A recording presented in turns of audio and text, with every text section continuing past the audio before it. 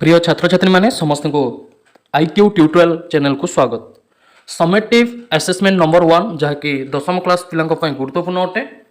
तो यही क्लास राजनीति विज्ञान एवं इतिहास किसी गुरुत्वपूर्ण क्वेश्चन को आम डिस्कसन करवा जहाँकि आपण मानी गुरुत्वपूर्ण एवं जदि चैनल नुआ अच्छा चैनल को सब्सक्राइब करके ऑल नोटिफिकेशन को ऑन करेंगे।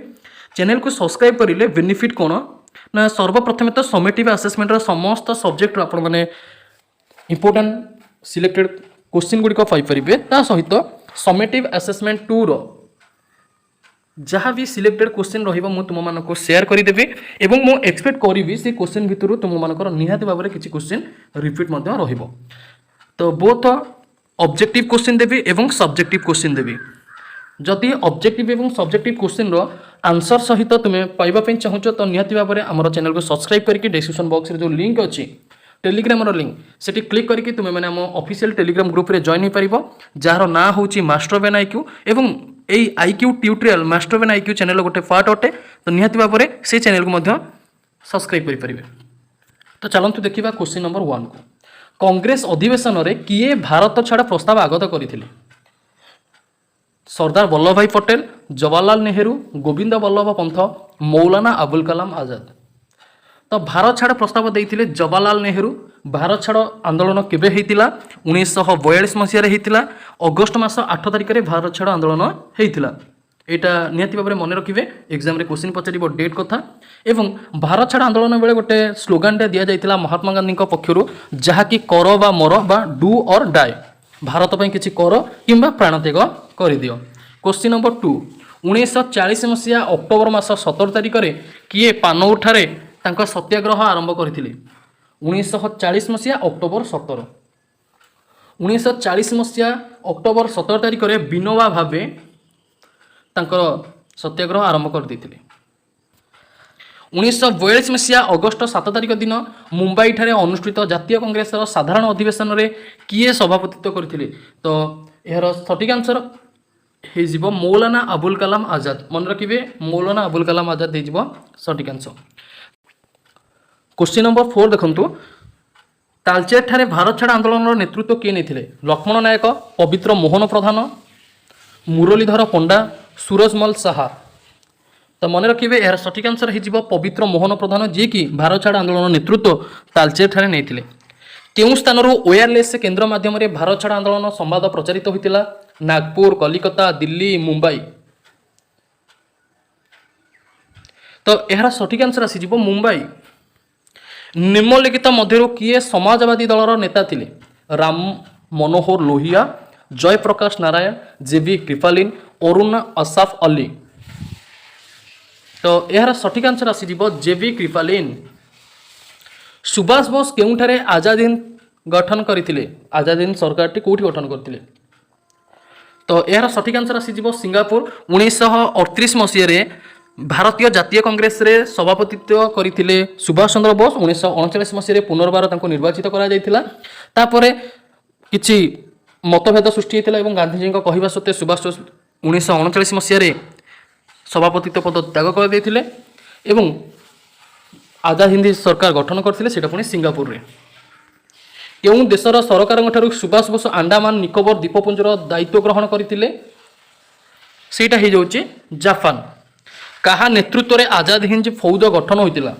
कहा नेतृत्व रे? मन रखिबे मोहन सिंह।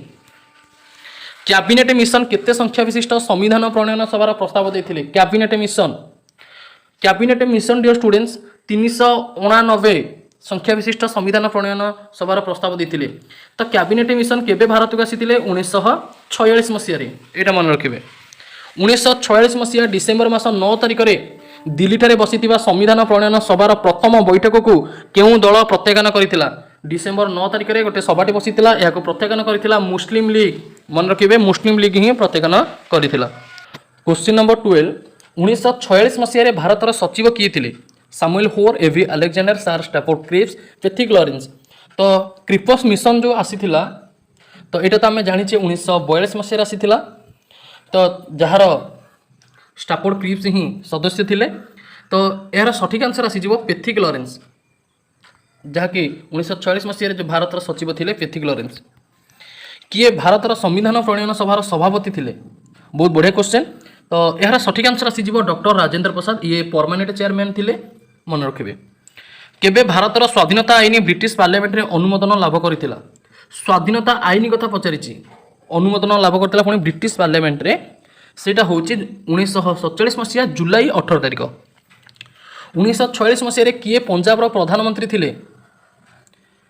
से होउछन्ति मोहम्मद अली जिन्ना। क्लीमेंट अटली केउं दलर नेतृत्व नै इंग्लैंड रे सरकार गठन करथिले? श्रमिक दल। स्वाधीन भारतर प्रथम गवर्नर जनरल किए थिले? बहुत बढ़िया क्वेश्चन, एग्जाम रे बारंबार पचारुछि। स्वाधीन भारतर कथा जेतेबेले पचारिबो सी होउछि आमे काहाकू देखिबा, लॉर्ड माउंटबेटन को देखिबा। 2007 मसीह केउं राज्य रे विधान परिषद पुनः स्थापित होइछि? विधान परिषद कोठी पुनर्बार स्थापित होइछि? आंध्र प्रदेश रे। मुख्यमंत्री नेतृत्वाधीन राज्य मंत्रिमंडल कहा निकट में सामूहिक भाव उत्तरदायी अटंती? विधानसभा, लोकसभा, संसद, राज्यसभा। विधानसभा उत्तरदायी अटंती मुख्यमंत्री कही माने विधानसभा। एवं एटी जो विधान परिषद रही केतोटी आमर टोटाल विधान परिषद अच्छी 6टी। केउंटी एक सहरांचल स्वायत्त शासन संस्था नुहे? देखो सहरांचल आमर निगम रहिबो, पौरपालिका तो रहिबो, विज्ञापित अंचल परिषद रहिबो, किंतु जिला परिषद रहिबोनी। ए जिला परिषद आमर रहिबो ग्राम पंचायत रे। ग्राम पंचायत होची हम जदि देखिबा पंचायत लेवल रे 3टी स्तर रहिছে। गोटे होची ग्राम पंचायत, आ गोटे होची पंचायत समिति, आ गोटे होची जिला परिषद माने ग्राम स्तर रे।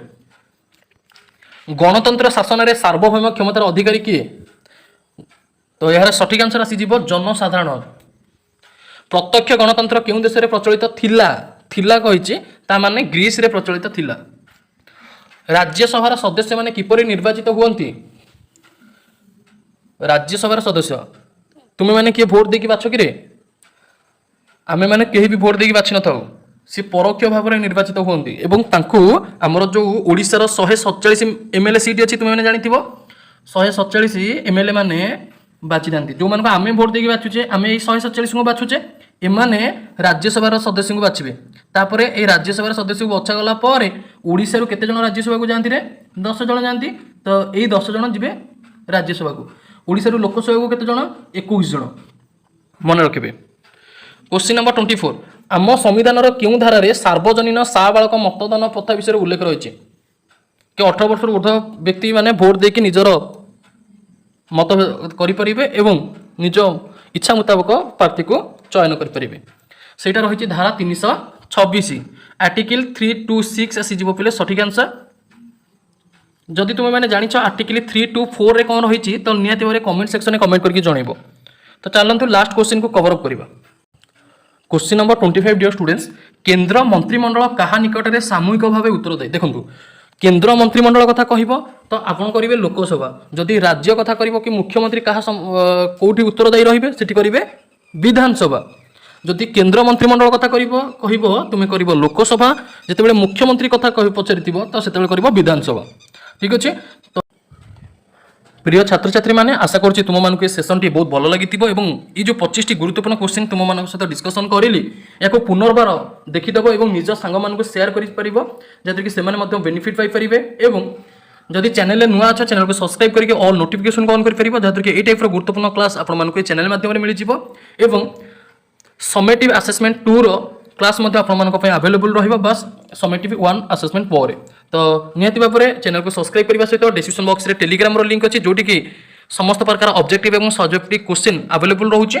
तो सेठी मध्ये जॉइन हि जिवो, डिस्क्रिप्शन बॉक्स रे लिंक अछि, लिंक रे क्लिक करके जॉइन हि परिबो। किंबा टेलीग्राम को जिवो सर्च करिवो मास्टर बेन आईक्यू सर्च करले तुमे माने हमर टेलीग्राम चैनल रे जॉइन हि परिबो। जय हिंद, जय जगन्नाथ, जय भारत।